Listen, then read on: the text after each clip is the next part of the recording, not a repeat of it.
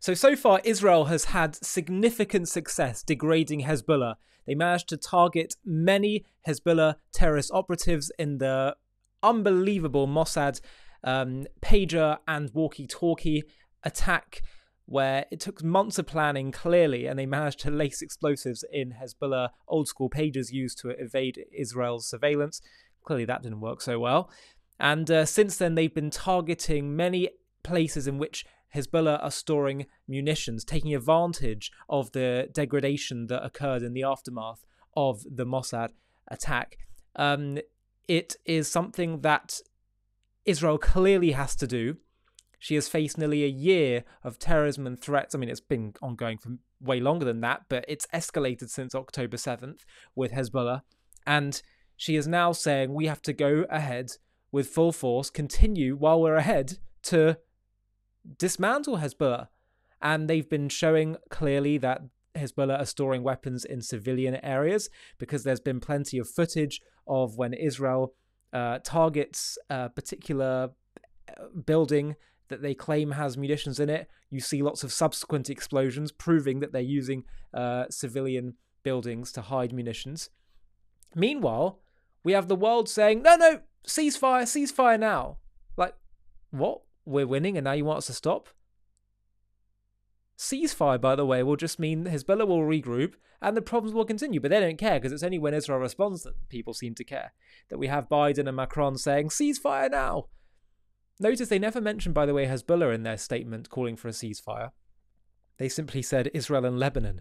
Ridiculous. And now we also have Pope Francis wading in.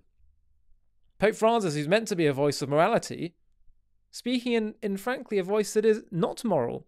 He said on Twitter, "I'm saddened by the news coming from Lebanon about bombings, death and destruction. May the international community make every effort to stop this terrible escalation." Escalation? Self-defense is escalation? Stopping a jihadist terrorist organization is an escalation? Did he say this when we tried to dismantle ISIS? It is unacceptable. I express my solidarity with the Lebanese people who have already suffered too much. This is mad. I mean, I remember in prior times where people used to say, oh, Israel's maybe going over the top because they're responding to just a few rockets, as if just a few is somehow acceptable for any other country would think is acceptable. And they would say, there are going to be people who are non-combatants caught up in this. Israel has shown such a targeted response, from the pager attack to getting rid of weapons. There's 100,000 rockets that Hezbollah have literally ready to throw and lob at Israel. And Pope Francis is saddened that they're degrading this and doing as much as they can to limit civilian non-combatant casualties in the process. I don't understand how he can say such a thing.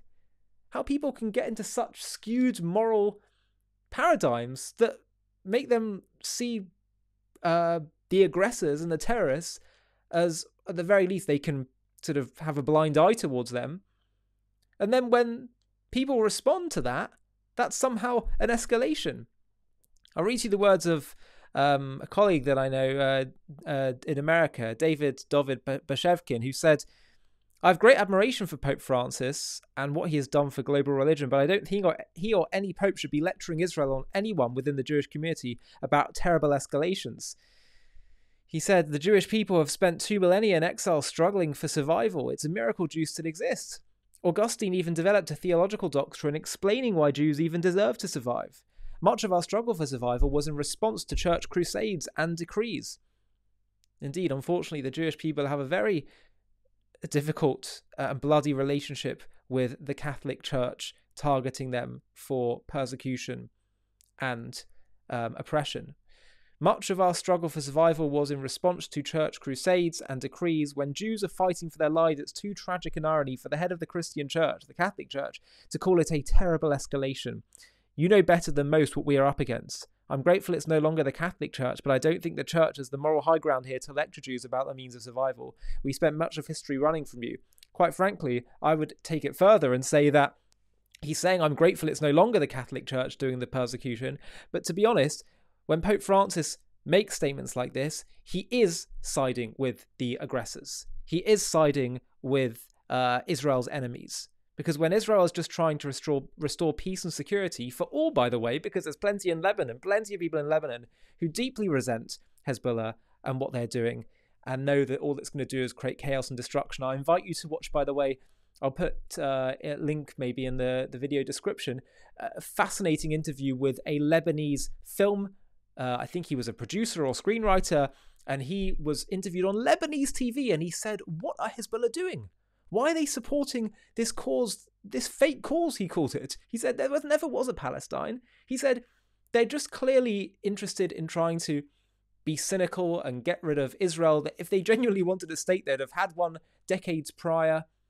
And he said, why are we getting involved in this? And all it does is leads to chaos and destruction and stops Lebanon from making progress as a thriving nation.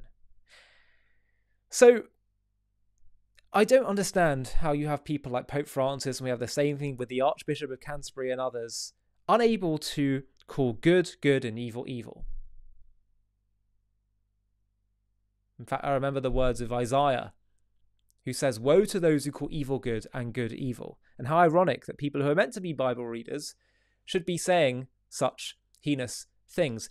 By the way, I'd like to make it clear, Christians on the ground, Christians, for example, who are watching JTV, the evangelical community, and many, even the Catholic, under the Catholic Church and others, do not agree with this, are very supportive of Israel. They've read their Bibles.